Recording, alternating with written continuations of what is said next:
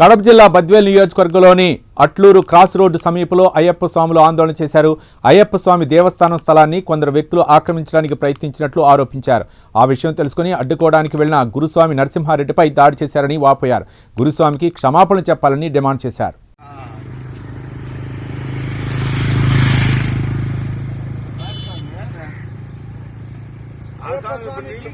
ఉండే వాళ్ళను కొట్టినందుకు వెనకమ్మడే వాళ్ళను శిక్షించాలి. స్వామి దీక్షలో ఉండే స్వామిని కొట్టిన వాడిని ఖచ్చితంగా శిక్షించాలి. కేసు పెట్టాలి. అయ్యప్ప స్వాములకు న్యాయం జరగాలి. అయ్యప్ప స్వామి గుడి భూస్థలాన్ని ఆక్రమించడానికి వచ్చిన దుండగులను మా గురు స్వామిని కొట్టిన దానికి శిక్షించాలి. అయ్యప్ప స్వాములు భక్తులకు న్యాయం జరగాలి. అయ్యప్ప స్వామి భక్తులకు న్యాయం జరగాలి.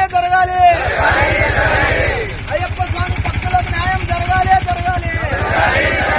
ఆంజనేయులనే దుండగునికి 307 కేసు కట్టి శిక్షించాలి. ఆ గురుస్వామిని కొట్టిన ఆంజనేయులను కఠినంగా శిక్షించాలి. భూ ఆక్రమణ చేసే దుండగులను శిక్షించాలి. దేవస్థానం స్థలము కొట్టేయడానికి వచ్చిన ఆంజనేయులను శిక్షించాలి.